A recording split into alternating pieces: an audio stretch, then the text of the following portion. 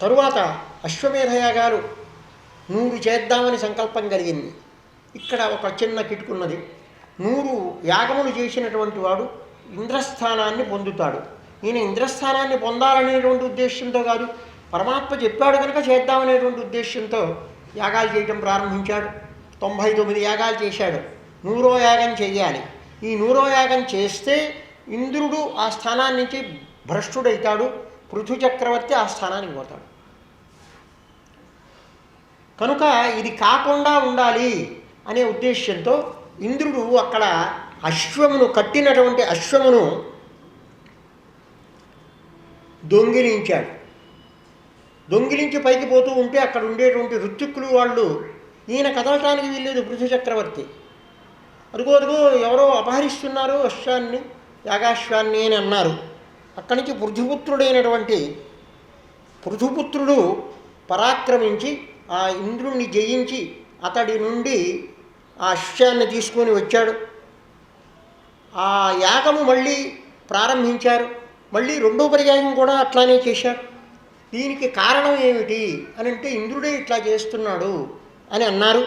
అప్పుడు అట్లా కాదు, ఇంద్రుడు గనక లేకపోతే దీన్ని ఎవరు పట్టుకెళ్ళేవాళ్ళు లేరు కదా, అందువల్ల ఆ ఇంద్రుడు కూడా ఇక్కడ హుతం అగుగాక అని ఋత్విక్కులందరూ కూడా ఇంద్రుణ్ణి సంహరించడానికి ప్రయత్నించారు. ఇంద్రాభిచరణ కాములైనారు ఋషులందరూ కూడా, యాగానికి ఇంతటి విఘ్నం చేస్తున్నాడు ఇతడు అని. అక్కడి నుంచి బ్రహ్మదేవుడు స్వయంగా వచ్చి, నాయన నువ్వు ఏమిటి 100వ యాగం పూర్తి చేస్తే తప్ప నీకేదన్నా ఫలితం లేదని ఏమన్నా ఉందా? అలాంటిదేం లేదు కదా, నీకు కావాల్సిందేం లేదు. అందువల్ల నీవు 99 అశ్వమేధ యాగములు చేసిన వాడవే అవుతావు. దానివల్ల నీకు వచ్చినటువంటి నష్టం లేదు కదా. కాక ఇంద్రుడిని ఇప్పుడు ఆభిచారికము ద్వారా ఇక్కడ సంహరించాలి అని నీ యొక్క ఋత్విక్కులందరూ సంకల్పించారు. ఇంద్రుడు కూడా భగవత్ కళే కదా, విష్ణుదేవుని యొక్క అంశే కదా అతడు. కనుక ఇంతవరకు నీవు ఈ యజ్ఞాన్ని ఆపవలసింది అని ఆదేశించాడు. ఆదేశించేటప్పటికీ సరేనన్నాడు పృథు చక్రవర్తి. ఆయనకు కావాల్సిందేం లేదు కదా. సరే అనేటప్పటికీ ఇంద్రుడు కూడా చాలా సంతోషించాడు. వాళ్ళిద్దరూ మిత్రులైనారు. ఈ సమయంలో యజ్ఞో వై విష్ణు అని చెప్తారు కనుక ఆ విష్ణుదేవుడు అక్కడ ప్రత్యక్షమైనాడు. మైత్రేయవాచ భగవానపి వైకుంఠ సాకం మఘవతా విభు యజ్ఞై యజ్ఞపతి స్పృష్ట యజ్ఞభుక్తమభాషత. అయితే ఇంద్రుడు ఈ అశ్వాన్ని అపహరించేటప్పుడు కొన్ని పాషండ వేషాలు, అంటే వేద విరుద్ధములైనటువంటి వేషాలన్నింటినీ కూడా వేశాడు ఇక్కడ. భవాన్ పరిత్రాతుమిహావతీర్ణ ధర్మంచ నానా సమయానురూపం వేనాపచారాత్ ఆవలుప్తమద్య తద్దేహతో విష్ణు కళాశివన్య.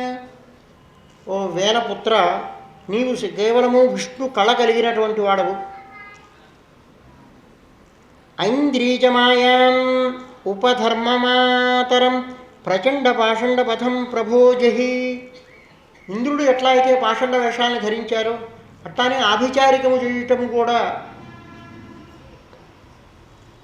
శ్యేనేన అభిచరం యజేత అని వాక్యం ఉన్నప్పటికీ అది చోదనాలక్షణోర్థో ధర్మ అని మీమాంసాశాస్త్రంలో 2వ అధ్యాయంలో ఆ ధర్మం అంటే ఏమిటి, వేదచోదితమైనది ధర్మము అంతవరకు చెప్పిరుకుంటే బాగుండేది. అర్ధవత్తు అయినది వేదచోదితము, అర్ధవత్తు అయినది. అయితే అర్ధవత్తు కానీ అనర్థవత్తు ఏదన్నా వేదం చెప్తుందా? చెప్తుంది. ఆ అనర్థాన్ని భరించేటువంటి వాడిని గురించి చెప్తుంది. శేనేన అభిచరణ్య చేత, శేనేన అభిచరణ్య చేత అని చెప్తే యహ అభిచరణ కామ, శత్రు సంహారం చేయాలని ఎవడైతే అనుకున్నాడో వాడు శేనయాగం చెయ్యమని ఆ మాట.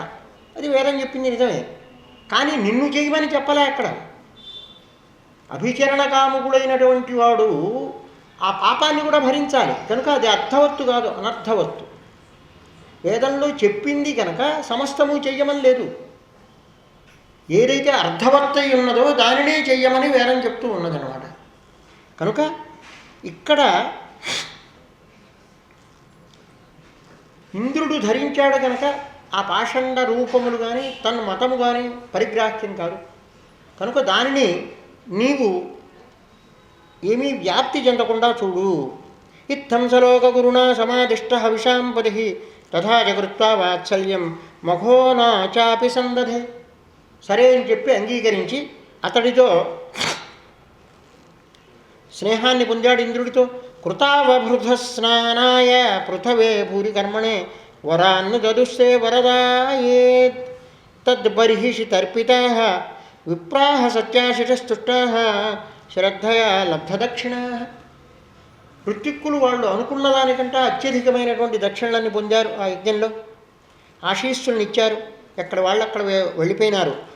భగవానపి వైకుంఠ సాకం మఘవతా విభు యజ్ఞే యజ్ఞపతి సృష్ట యజ్ఞభుక్తమభాషత. మహావిష్ణువు ఇంద్రుడితో సహా అక్కడికి వచ్చి పృథువుతో ఇట్లా అంటూ ఉన్నాడు. భగవాన్ వాచ ఏషతే అకారిషద్భంగం హయమేధశతస్య క్షమాపయత ఆత్మానం ముముక్ష్య క్షంతుమర్హసి. నీకు 100వ అశ్వమేధయాగము జరగకపోవటానికి కారణాలు ఏవైతే ఉన్నావో వాటికి కారణభూతుడైనటువంటి ఇంద్రుణ్ణి క్షమించవలసింది. సూర్యస్సాధవో లోకే నరదేవ నరోత్తమా నాభిదృహ్యంది భూతేభ్య ఎర్వీ నాత్మ కళేవరము. నీ వంటి మహాత్ములు ఎవరైతే ఉన్నారో వాళ్ళు ఎవరి వల్లనైనా వాళ్ళకి అపకారం జరిగినప్పటికీ వాళ్ళకి అపకారం చెయ్యాలి అని అనుకోరు. ఎందువల్లంటే అపకారం దేనికి జరిగింది? ఈ శరీరానికి, స్థూల సూక్ష్మ శరీరాలకే. అది కాదు కదా ఆత్మ. ఆత్మకు అపకారం ఏమిటి? ఆత్మ భిన్నము కాదు, సర్వవ్యాపకమైనటువంటిది, ఒకే ఒక్క పరమార్థతత్వము. కనుక ఎవ్వరూ కూడా ఎదటి వాడికి అపకారం చెయ్యాలనేటువంటి ఉద్దేశం రాదు. నీ వంటి వాడికి ఎప్పుడూ రాదు కదా అని చెప్తూ ఏవం ద్విజాక్రియానుమతానువృత్తధర్మ ప్రధానోన్యతమో వికాస్యాః హ్రస్వేన కాలేన గృహోపయాతాన్నో దృష్టాసి సిద్ధాను అనురక్తలోచనః. అక్కడ ఉన్నటువంటి వాళ్ళ అందరి మీద ప్రేమ కలిగినటువంటి మహావిష్ణువు ఇలా అంటూ ఉన్నాడు. వరంచ మత్కంచ న మానవేంద్ర వరంచ మత్కంచన మానవేంద్ర గుణీష్వదేహం గుణశీల యంత్రితః నాహం మఖైర్వై సులభస్తపోభిః యోగేన వాయత్ సమచిత్తవర్తి. నేను అందరికీ కూడా వరదుణ్ణి కాను సామాన్యంగా, కానీ నీవు సమచిత్తము కలిగినటువంటి వాడు, అందరి విషయంలో సమాన దృష్టి కలిగినటువంటి వాడు కనుక నా వల్ల నీవేదైనా వరాన్ని పొందమని కోరాడు మహావిష్ణువు. మైత్రేయువాచ స ఇత్థం లోకగురుణా విశ్వక్సేనేన విశ్వజితు అనుశాసత ఆదేశం శిరసా జగృహే హరే. భగవానుని యొక్క ఆజ్ఞను శిరస్సున గ్రహించాడు. స్పృశంతం పారయో ప్రేమ్ణ వ్రీడితం స్వేన కర్మణ శతక్రతుం పరిష్వజ్య విద్వేషం విససజ్జ. విష్ణువు యొక్క అంశలైనటువంటి దేవతల్లో వాడు కనుక ఇంద్రుడు. పృథు చక్రవర్తి నమస్కరించాడు దేవేంద్రుడకు. అసలు దేవేంద్రుడు అపరాధం చేశాడు, దానితో అతను లజ్జాభావాన్ని పొంది ఉన్నాడు. అప్పుడు వచ్చి పృథు చక్రవర్తిని ఆలింగనం చేసుకున్నట్ట ఇంద్రుడు. భగవానపి విశ్వాత్మ పృథూనో ఉపహృతార్హణ సముజ్జిహానయా భక్త్యా గృహీత చరణాంబుజ. ఆ యజ్ఞశాలకి వచ్చినటువంటి యజ్ఞేశ్వరుణ్ణి సాక్షాత్తుగా ఆ పాదములను పట్టుకున్నట్ట పృథు చక్రవర్తి. ప్రస్థానాభిముఖోప్యేనం అనుగ్రహ విలంబిత. ఆయన వెళ్ళదలుచుకొని కూడా అనుగ్రహించాలి అనేటువంటి ఉద్దేశ్యంతో వెనక ముందు ఆడుతూ ఉన్నాడు. పశ్యన్ను పద్మబలాశాక్ష నప్రతస్థే సుహృత్సతం. ఎంతసేపటికి ఆయన ప్రయాణం కావటల్లా. స ఆదిరాజో రజతాంజలిర్హరిం విలోకితున్నాశకత్ అశ్రులోచన. పాదాలనైతే పట్టుకున్నాడు కానీ పృథు చక్రవర్తి ఆ మూర్తిని, దివ్యసుందర మూర్తిని సమంగా చూడటానికి సాధ్యం కావటల్లా ఆయనకి. ఎందువల్ల సాధ్యం కావటల్లా? కళ్ళ వెంబడి ఆనంద బాష్పాలు రాలుతూ ఉన్నాయి. 100వ యజ్ఞం చేస్తే ఈయనకేమొచ్చేది? ఇంద్రపదవి వచ్చేది. విష్ణుదేవుని యొక్క సాక్షాత్కారము, సాక్షాత్ యజ్ఞేశ్వరుడైనటువంటి విష్ణుదేవుడు అక్కడికి రావడం అనేది జరిగేది కాదు కదా. అలాంటి అదృష్టం నాకు కలిగింది అనేటువంటి ఆనందంతో ఉన్నాడు. ఆ స్వామిని చూడాలి అంటే చూడటానికి కళ్ళు సహకరించడం లేదుట. ఆ ఆనందాశ్రువులతో కళ్ళు అన్నీ కూడా నిండిపోయినాయిట. నకించనోవాచ బాష్ప విక్లపో హృదోపగూహ్య పధాదవస్థిత. ఏమీ మాట్లాడలేకపోయినట్ట అధావ మృజ్య అశ్రుకలాం విలోకయన్ నతుత్తదిగ్గోచరమాహ పూరుషం పదాస్పృశంతం క్షితిమంస ఉన్నతే విన్యస్తహస్తాగ్రమురంగతద్విష. పాదములను గరుత్మంతుడి మీద కాక కింద పెట్టేట స్వామి ఇతడికి అనుకూలంగా ఉండాలి అని. పృథుర్వాచ వరాన్ విభూత్వద్వరదేశ్వరాద్భుత కథం వృణీతే గుణ విక్రయాత్మనాం ఏ నారకాణమపి సంతి దేహినాం తానీశ కైవల్యపతే వృణేన చ. స్వామి నువ్వు నన్ను వరాలు కోరుకోమన్నావా? వరాలు కోరుకోవాలంటే ఏవో కొన్ని సుఖాలు కావాలని కోరుకోవాలి. సుఖాలు అంటే ఎవరికి లేవు తాత్కాలికమైనటువంటి సుఖాలు. ఆ సుఖాలు ఇక్కడే కాదు, నరకంలో కూడా కాస్తో కూస్తో సుఖాలు ఉంటాయి. అంటే సుఖాలంటే ఏమిటి? బాధలు లేకపోయినప్పుడు సుఖంగా ఉన్నాము అని అనుకుంటారు. అది నరకంలో కూడా కొంతసేపు ఆ యమభటులు తర్జనాదులు చెయ్యనప్పుడు అమ్మ ఇప్పుడు నేను సుఖంగా ఉన్నాను అని వాడు కూడా అనుకోవచ్చు. కానీ నీవు కైవల్యాన్ని ఇచ్చేటువంటి మహాత్ముడు, నిన్ను నేను ఇట్లాంటి స్వల్పమైనటువంటి వరాలను ఎట్లా అడిగేది? నా కామయేనాథ తదప్యహం క్వచిత్ నయత్ర యష్మచ్చురుణాంబుజాసవ మహత్తమాంతర హృదయానాన్ముఖచ్యుత విధత్స్వ కర్ణాయుతమేషమే వర. హరయే నమ హరయే నమ హరయే నమ. ఆ ఘట్టం ఎట్లాంటిదో చూడండి. వరాన్ని కోరుకోమని చెప్పినవాడు మహావిష్ణువు. ఆయన యొక్క అంశావతారమైనటువంటి పృథు చక్రవర్తి యజ్ఞం చేస్తూ ఉన్నాడు. యజ్ఞవాటికకు వచ్చాడు. ఈయనకి వరములు ఇవ్వాలి అనేటువంటి ఉద్దేశంతో తన ప్రయాణాన్ని వాయిదా వేసుకుంటూ ఉన్నాడు. అట్లాంటి వాడికి నేను ఏం వరం అడిగేది స్వామి? ఏమీ అడగను, కానీ ఒక వరం మాత్రం అడుగుతూ ఉన్నాను అని అంటూ ఒక వరాన్ని అడిగాడు. నా కామయేనాథ, చివరికి కైవల్యం కూడా నాకు అక్కర్లేదు స్వామి. క్వచిన్నయత్ర, అక్కడే కైవల్యంలో కనుక నీ యొక్క చరణాంబుజాసవము అంటే నీ పాదముల భక్తి అనేటువంటి అమృతము లేకపోతే నాకు కైవల్యం కూడా అక్కర్లే. ఎందుకు? శుకాదులందరూ కూడా ఏం చేస్తూ ఉన్నారు? నీ ఎందు భక్తిభావంతోనే ఎందుకని ఉన్నారు? కనుక మహత్తమాంతర హృదయాన్ముఖచ్యుత, మహాత్ములైనటువంటి వాళ్ళ యొక్క హృదయం నుండి చ్యుతమైనటువంటి ఆ నీ యొక్క కథాజాలము, నీ యొక్క కీర్తి ఏదైతే ఉన్నదో, అయితే నేను ఒక్క వరం మాత్రం కోరుతున్నాను. అట్లాంటి కథాశ్రవణము చేయటానికి, అట్లాంటి కీర్తిని వినటానికి నాకు 10,000 చెవులు ఇవ్వు. ఇది ఒక్కటి మాత్రం నేను వరం కోరుతున్నాను. విధత్స్వ కర్ణాయుతమేషమే వర. స ఉత్తమ శ్లోకమహన్ముఖ్యతో భవత్పదాంభోజ సుధాకణానిల మన్యే గిరింతే జగతాం విమోహిని గిరంతే జగతాం విమోహిని వరం వృణీష్వేతి భజంతమాత్మ. వరాన్ని కోరుకోమని నీవు మహామోహనకరమైనటువంటి వాక్యాన్ని ప్రయోగిస్తున్నావు. వాచానుతంత్ర్యా జరితే జనో అసిత.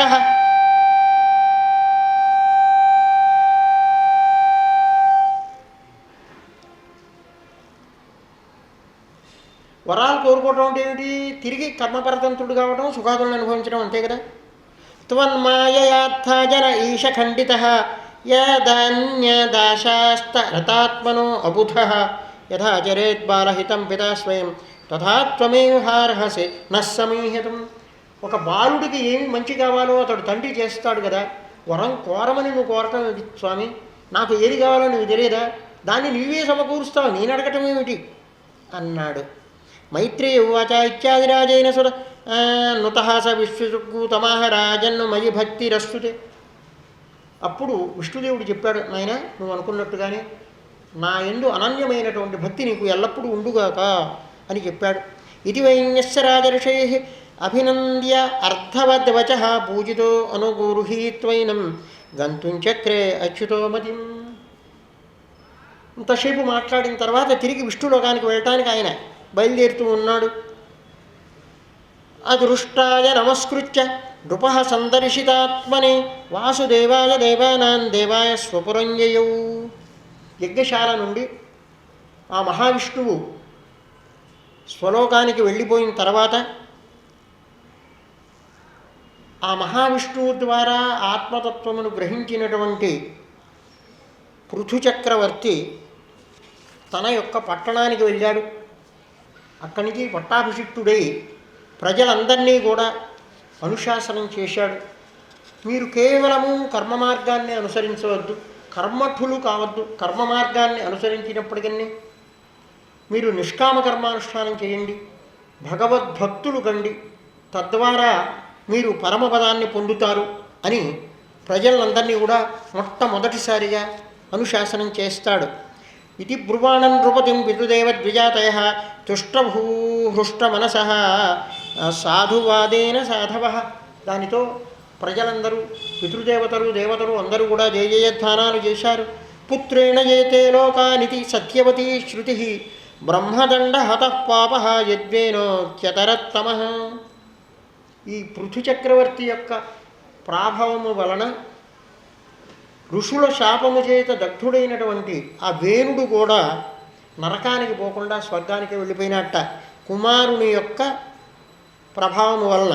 హిరణ్యకశిపుశ్చాపి భగవన్ నిందయా తమః వివిక్షు అత్యగాత్ సూనో ప్రక్కాదస్య అనుభావత. ఎలాగైతే మహాదుర్మార్గుడైనటువంటి హిరణ్యకశిపుడు కుమారుడైనటువంటి ప్రహ్లాదుని యొక్క అనుగ్రహం వల్ల నరకానికి పోకుండా అతడు సుకృతిగా ఎలా అయితే వెళ్ళిపోయినాడో అట్లానే ఇతడు కూడా వెళ్ళిపోయినట్ట. ఇది అద్భుతమైనటువంటి ఈ గాథని చెప్తూ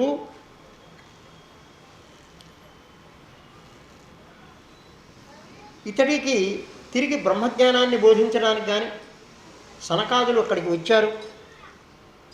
వాళ్ళని గూర్చి సనత్కుమారుల వారి ద్వారా ఇతడు వేదాంతాన్ని వినటం అనేది జరిగింది. నేను నిజంగా ఎంత అదృష్టవంతుణ్ణి, నివృత్తి పురుషులైనటువంటి మీరు నాకు తత్వోపదేశం చేయడానికి ఇక్కడ వచ్చారు. భవత్సు కుశల ప్రశ్న ఆత్మారామేషు నేష్యతి. నాయనా కుశలంగా ఉన్నావా అని మీరు నన్ను అడిగారు. నేను మిమ్మల్ని అడగటం అనేది చాలా తెలివి తక్కువ మాట అవుతుంది. మీ వంటి వారు ఆత్మారాములైనటువంటి మీలాంటి వారికి బాధలనేవి ఎందుకుంటాయి? అన్నిటినీ సమదృష్టితో చూస్తూ ఉన్నటువంటి వాళ్ళు. కుశల యత్ర నసంతి మతివృత్తయ. ఒకటి మంచి, ఒకటి దుఃఖకారిణి, ఒకటి సుఖకారిణి అనేటువంటి దృష్టి మీకు ఎప్పుడూ ఉండదు కదా.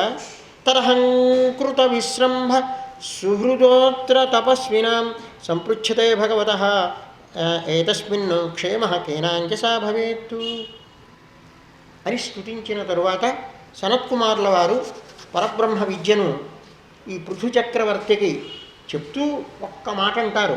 సంగమః ఖలు సాధూనాం ఉభయేషాంచ సమ్మతః.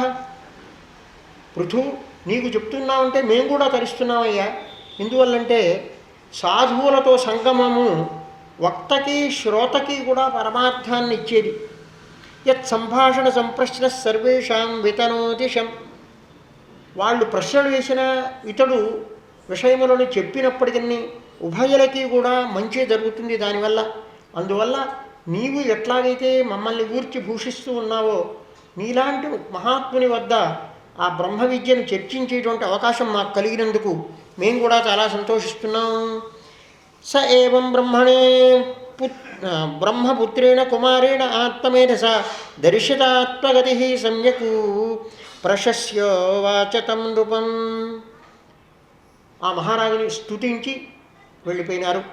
తర్వాత కొంతకాలం రాజ్యపాలన చేసిన తర్వాత తనని తాను చూసుకున్నాడు. తనకి కూడా వయస్సు మళ్ళుతూ ఉన్నది. వైన్య ఆత్మవాన్ ప్రవయసం. ముసలితనం వచ్చింది అని గ్రహించాడు. ఆత్మన అవధ్యుదాశేష సానుసర్గ ప్రజాపతి. పృథు చక్రవర్తి ఇంకా వానప్రస్థాశ్రమాన్ని స్వీకరించాలి అని బయలుదేరాడు. ఆయనతో పాటు అర్చి ఆవిడ కూడా బయలుదేరి వెళ్ళింది. అక్కడ కొంతకాలం వానప్రస్థాశ్రమంలో ఉండగా చిట్ట చివరికి ఈ శరీరాన్ని వదిలిపెట్టేటువంటి పరిస్థితి వచ్చింది. జ్ఞాన వైరాగ్యవీయీణ స్వరూపస్థో జహాత్ ప్రభు. ఆ పృథు చక్రవర్తి విరాగముతో కూడుకున్నవాడై తన శరీరాన్ని వదిలివేశాడు. అర్చిర్నామ మహారాజ్ఞి తత్పత్న్యనుగతావనం. ఆయనతో పాటే అడవికి కూడా వెళ్ళింది అర్చీదేవి.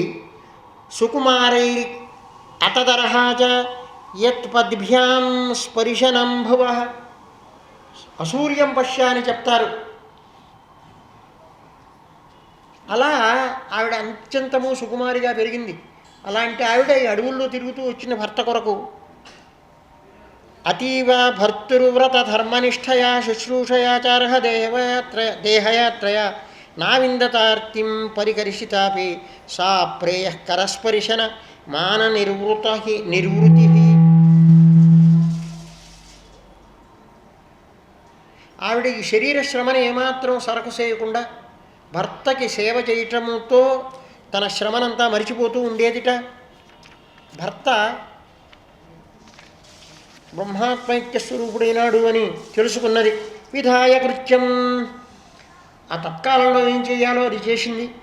హ్రాదిని జలాపృత దురత్తోదకం భరత్తూరుదార కర్మణ నత్వాదివిస్తాం స్త్రిదిశాం స్త్రీ పరీత్య. అక్కడి నుంచి ఆ దహనం చేయడానికి తగిన ఏర్పాట్లు చేసింది. దాని మీద విశాలంగా ఏర్పాటు చేసి దాని మీద భర్తను పడుకోబెట్టింది. అక్కడి నుంచి 3 సార్లు ప్రదక్షిణ నమస్కారాలు చేసింది. వివేశవన్నిం ధ్యాయతి భర్తృపాదం, తను కూడా సహగమనం చేసింది. అక్కడే స్నానం చేసి వచ్చి ప్రదక్షిణం చేసి భర్తతో సహా అక్కడే చితి మీద పడుకున్నది ఆవిడ. విలోక్యానుగతాం సాధ్విం పృథం వీరవరం పతిం తుష్టబుహు వరదా దేవై దేవపత్య సహస్రశ. ఈ ఆశ్చర్యకరమైనటువంటి పవిత్రమైనటువంటి ఈ సంఘటనను చూడటానికి ఆకాశంలో దేవపత్రుడు దేవతలు అందరూ కూడా క్రిక్కిలిసి ఉన్నారు. కుర్వంచ కుసుమాసారం తస్మిన్ను మందరసానుషు. ఆ పర్వతం మీద ఎక్కడైతే ఏ వనంలో వీళ్ళిద్దరూ కూడా కలిసి దేహత్యాగం చేస్తూ ఉన్నారో అక్కడ పుష్పవృష్టి కురిపించారట. నదత్స్వమానతూర్యేణ గృణంతి స్మ పరస్పరం. పరస్పరము ఇట్లా అనుకుంటూ ఉన్నారు వాళ్ళు. దేవ్యువాచ అహో ఇయం వధూర్ధన్య యా చైవం భూభుజాం పతి.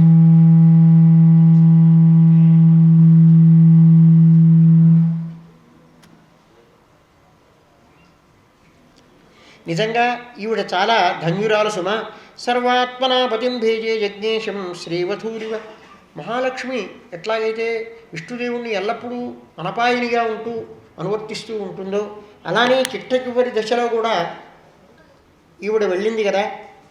సవంచితో బదాత్మ దృక్కృచ్ఛ్రేణ మహతాభువి లబ్ధ్వాపవర్గ్యం మానుష్యం విషయేషు విసజ్యతే. ఇలాంటి మహాత్ములకి పొందదగనిది ఏది ఉన్నది? భువి లోలాయుషో ఏవై నైష్కర్మ్యం సాధయంత్యుత. ఈ భూలోకంలో నైష్కర్మ్యాన్ని సాధించినటువంటి వాళ్ళు కూడా ఇలాంటి స్థితిని పొందటం అనేది ఆశ్చర్యకరమైనటువంటిది. మైత్రేయువాచ స్తువంతీషు సురస్త్రీషు పతిలోకం గతావధూ యం వా ఆత్మవిధాంధుర్య వైన్య ప్రాప అచ్యుతాశ్రయం. ఆ అచ్యుతుల్లో అంశావతారుడైనటువంటి పృథు చక్రవర్తి స్వస్థానానికి చేరిపోయినాడు. శ్రద్ధయేతదు అనుశ్రావ్యం చతుర్ణాం కారణం పరం సంగ్రామాభిముఖో రాజా శ్రుత్వైతదు అభియాతియాన్. యుద్ధానికి వెళ్ళేటువంటి రాజన్యులు ఈ పృథు చక్రవర్తి యొక్క చరిత్రను కనుక విన్నట్లయితే వాళ్ళు విజయాన్ని పొందుతారు. వాళ్ళకి శత్రురాజులందరూ కూడా పరాక్రాంతులే బలిని ఇస్తారు సుమా. అంటే పరాక్రాంతులై సామంతరాజులుగా ఉంటారు వాళ్ళందరూ. అనుదినమిదం ఆదరేణ శృణ్వన్ను పృథుచరితం ప్రథయంశ్చ ముక్త సంఘ భగవతి భవ సింధు పోతపాదే చ నిపుణాన్ లభతే మతిం మనుష్య. ఇంతవరకు పృథు చక్రవర్తి యొక్క చరిత్రను మనం చెప్పుకున్నాం. తరువాత ఆయన యొక్క వంశంలో విజితాశ్వో అధిరాసీత్. ఎవరైతే ఇంద్రుడి యొక్క శక్తి సామర్థ్యాలను కూడా నిగ్రహించి ఆ అశ్వాన్ని పట్టుకొచ్చాడో, ఇంద్రుడు ఎవరికైతే భయపడ్డాడో అతడికి తన అశ్వాన్ని తను తెచ్చుకున్నాడు కనుక విజితాశ్వ అనేటువంటి గౌరవనామం ఏర్పడ్డది. పృథు చక్రవర్తి యొక్క కుమారుడు, జ్యేష్ఠ కుమారుడు అతను తర్వాత రాజు అయినాడు. పృథుశ్రవాహ యవీభ్యో అదదాత్ కాష్టాం భ్రాతృభ్యో భ్రాతవత్సర. అతడికి 4 కుమారులు ఉన్నారు, 4 తమ్ముళ్ళు ఉన్నారు. హరియశ్వుడు అని అతడికి తూర్పు దిక్కును పంచిపెట్టాడు. ధూమ్రుడు అని అతడికి దక్షిణ దిక్కుని, వృకుడు అనేటువంటి తమ్ముడికి పశ్చిమ దిక్కుని, మరి ఉత్తరమునకు ద్రవిణసుడు అనేటువంటి తమ్మునకు పంచిపెట్టాడు. అంతర్ధాన గతిం చక్రాత్. తనని చంపకుండా వదిలేసి తన పరాభవానికి కారకుడు కాకుండా శక్తి సామర్థ్యాలు ఉన్నప్పటికీ వదిలివేసినటువంటి ఈ విజితాశ్వునకు ఇంద్రుడు అంతర్ధాన విద్యను నేర్పేట. అంతర్గతిం శక్రాత్ లబ్ధ్వా అంతర్ధాన సంహిత. ఇతనికి విజితాశ్వుడు అని అంతర్ధానుడు అనేటువంటి మరొక పేరు కూడా ఉన్నదిట. అపత్యత్రయమారత్త శిఖండిన్యాం సుసమ్మతం. అతడి భార్య పేరు శిఖండి. పావకుడు అని, పవమానుడు అని, శుచి అని, అగ్నిహోత్రుల వంటి వారలు, అగ్నిశక్తులు కలిగినటువంటి వారలు వారు. పురా వశిష్ఠశాపాత ఉత్పన్న పునర్యోగ గతింగతా. అగ్ని విషయమై వశిష్ఠుడు శాపం పెట్టగా ఆ శాపానుభవము కొరకు ఇతడికి కుమారుడుగా వాళ్ళ ముగ్గురు జనించారు. వాళ్ళ ముగ్గురు కూడా అగ్నిదేవుని యొక్క శక్తులే సుమా. అంతర్తానో నభస్వచ్చాం హవిర్ధానం అవిందత. ఇంకొక భార్య ఇందు హవిర్ధానుడు అనేటువంటి వాణ్ణి పొందాడు ఇతడు. య ఇంద్రమశ్వహర్తారం విద్వాన పిరజఘ్నివాన్. ఇతడు విజితాశ్వుడు చాలా గొప్పవాడు. ఆ అశ్వాన్ని అపహరించినటువంటి వాడు తిరిగియబడినప్పటికీ అతన్ని సంహరించకుండా వదిలివేశాడు సుమా. హవిర్ధాని అక్కడి నుంచి ఆ వంశాన్ని వరసాగ్గా చెప్పుకొచ్చారు. చిట్ట చివరికి యస్యేదం హవిర్ధానాత్తు హవిర్ధాని విదురాసూత షట్సుతాన్ను. ఆయన పుత్రుడైనటువంటి హవిర్ధానుడు ఈ ముగ్గురు అగ్నులలో ఒకడు. అతడు హవిర్ధాని అనేటువంటి తన భార్య ఇందు 6 కుమారులని పొందాడు. హవిష్మంతుడు అని, గయుడు అని, శుక్రుడు అని, కృష్ణుడు అని, సత్యుడు అని, జితవ్రతుడు అని. బర్హిష్మతి స మహాబాహు హయవిర్ధాని ప్రజాపతి క్రియాకాండేషు నిష్ణాత యోగోషి చ కురుద్వ. బర్హిష్మంతుడు అనేటువంటి ఆయనకి యజ్ఞయాగాది క్రతువులందు ఎక్కువ ఆసక్తిట.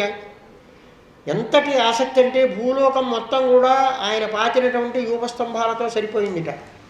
ఇక్కడ కాగానే యజ్ఞం మరొక చోట చేయటం, అక్కడ యూపస్తంభం మాతటం, అక్కడ ప్రాచీనాగ్రములుగా దర్భలు వేసుకొని అక్కడ యజ్ఞయాగాది క్రతువులన్నింటినీ కూడా చేస్తూ ఉండటం. దీనివల్ల ఆయనకి ప్రాచీనాగ్రై కుశైరాసీత్ ఆశ్రుతం వసుధాతలం. తూర్పుగా దర్భలతో నిండిపోయిందిట భూమి మొత్తం కూడా. సాముద్రీం దేవదేవోక్తాం ఉపయేమే శతధృతిం. సముద్రకన్య అయినటువంటి శతధృతి అయినటువంటి ఆవిడ్ని ఆయన వివాహం చేసుకున్నాడు. ఆవిడ ఎంత సౌందర్యవతి అంటే వీళ్ళ వివాహ సమయంలో యాం వీక్ష చారు సర్వాంగీం కిశోరీం స్వష్టలంకృతాం పరిక్రమంతీం ముద్వాహే చకమే అగ్ని శుకీమివ. ప్రదక్షిణం చేస్తూ ఉన్నారు సప్తపది సమయంలో. ఆ సమయంలో ఆవిడ యొక్క సౌందర్యాన్ని చూచి అంత పవిత్రుడైనటువంటి అగ్నిహోత్రుడు కూడా తన భార్య యందు ఏ దృష్టిని పొందాడో అట్లాంటి దృష్టిని పొందాట ఆవిడ్ని చూచి. అంతటి సౌందర్యవతి ఆవిడ. విబుధాసుర గంధర్వ మును సిద్ధో నరోగరా విజితా సూర్యయా దిక్షు కొణయంతేవనుపరై. ఈ ప్రాచీన బర్హిస్సుకి ఆ శతధృతి యందు 10 మంది కుమారులు. ఈ 10 మంది కుమారులకి ప్రచేతసులు అనేటువంటి పేరే పెట్టారు. వాళ్ళు లోక కళ్యాణార్థమై సృష్టి చెయ్యవలను అనేటువంటి బ్రహ్మదేవుని యొక్క ఆజ్ఞను అనుసరించి పశ్చిమ దిక్కుకు వెళ్ళి తపస్సు చేసి తపశ్శక్తి వల్ల అన్నిట్లని సమకూర్చుకుందాం అనుకున్నారు. యదుక్తం పది దృష్టేన గిరిశేన ప్రసీరత తధ్యాయంతో జపంతశ్చ భూయంతశ్చ సంయుతా. పరమశివుడి యొక్క దర్శనం అక్కడ వాళ్ళకి జరిగింది. అప్పుడు రుద్రగీతలు అనేటువంటి పేరుతో విష్ణుదేవుని యొక్క స్తోత్రాన్ని వాళ్ళకి ఉపదేశించాడు రుద్రుడు. తద్వారా వాళ్ళు అత్యంతము శక్తియుక్తులైనారు. 10,000 సంవత్సరాలు వాళ్ళు తపస్సు చేశారు మహావిష్ణువుని గూర్చి. అంటే ఆ విషయం అంతా కూడా ఇక్కడ భవిష్యత్తులో వస్తూ ఉన్నది. ఇక్కడ ఈ ప్రాచీన బర్హిస్సు అనేటువంటి పేరుతో ఉన్నటువంటి బర్హిష్మతుడు ఎవరైతే ఉన్నాడో అతడు కేవలము కర్మక్షుడుగానే తయారయ్యి యజ్ఞయాగాది క్రతువులు చేయటం తప్ప ఇహపరములు 2 ఏమీ లేకుండా ఉన్నాడు. అయ్యో ఇతడు పాడైపోతూ ఉన్నాడే, భక్తి శ్రద్ధలు ఉన్నాయి తప్ప కర్మ ఒకటే మార్గము అని అనుకుంటూ ఉన్నాడు అని చెప్పి ఇతన్ని తరింపజేయడానికి నారద మహర్షి అక్కడికి వచ్చారు. నాయన నువ్వు ఏమిటి ఎల్లకాలము యజ్ఞయాగాది క్రతువులు చేయటమేనా, ఇంకా ఏమన్నా నీకు భవిష్యత్తు ఉన్నదా? యూయం వేది శతపుత్ర. ప్రచేతస్సులు వెళ్ళినప్పుడు రుద్రగీతలు రుద్రుని వలన వీళ్ళు స్వీకరించారు అని చెప్పాము. వాళ్ళక్కడ తపస్సు చేసే లోపల ఇక్కడ నారద మహర్షి వచ్చి ఈ ప్రాచీన బర్హిస్సుతో అంటాడు, నీవు యజ్ఞయాగాది క్రతువులు చేసావు బాగానే ఉంది, ఇదేదన్నా ఈశ్వరార్పణ బుద్ధ్యా చేశావా, సకామనయా చేశావా? సకామనయా కనుక నువ్వు చేసి ఉన్నట్లయితే నీ కొరకు నీ చేత విశేషణం చేయబడినటువంటి ఆ జీవులు ఏవైతే ఉన్నావో అవన్నీ ఇనప కొమ్ములతో అక్కడ కాచుకొని ఉన్నవి. నీవు అక్కడికి ఈ శరీరాన్ని వదిలి అక్కడికి వెళ్ళేటప్పటికీ నిన్ను చిన్నాభిన్నం చేస్తాయి వాటి యొక్క కొమ్ములతో. నీవు ముక్తుడు కావటానికి అవకాశం ఉండి కూడా దాన్ని పోగొట్టుకుంటున్నావు అని అతడికి తత్వోపదేశం చేస్తాడు. ఇది ఇలా జరుగుతూ ఉండగా అక్కడి నుంచి అతడు వెళ్ళిపోతాడు. ఇలా ఉండగా వీళ్ళు 10 మంది ఎవరైతే ఉన్నారో వీళ్ళకి గోకర్ణ సమీపంలో పశ్చిమ సముద్ర తీరంలో వెళుతూ ఉండగా చక్కటి గీతం వినిపిస్తుంది. అంతలో రుద్రుడు వీళ్ళకి సాక్షాత్కరిస్తాడు. వీళ్ళందరూ కూడా సాష్టాంగ ప్రణామం చేస్తారు. ఆయన మీరు తపస్సు చేయడానికి వెళ్తున్నారు, అది సులభంగా పరమాత్మ సంతుష్టిని చెందటానికి నేను మీకు ఉపదేశం చేస్తాను అని రుద్రగీతల్ని ఉపదేశం చేస్తాడు. శ్రీరుద్ర ఉవాచ యతంత ఆత్మవీయస్తవై స్వస్తిరస్తు మే భవతారాధనారాద్ధం సర్వస్వాత్మనే నమః. సర్వులకు ఆత్మస్వరూపుడైనటువంటి ఆ మహావిష్ణువుని గూర్చి నమస్కారము. నమః పంకజనాభాయ భూత సూక్ష్మేంద్రియాత్మని వాసుదేవాయ శాంతాయ కూటస్థాయ స్వరోజటే. వాసుదేవ స్వరూపుడు, శాంతస్వరూపుడు, అందరికీ కూటస్థుడుగా ఉన్నటువంటి స్వయం ప్రకాశమానుడైనటువంటి ఆ పరమాత్మకు నమస్కారము.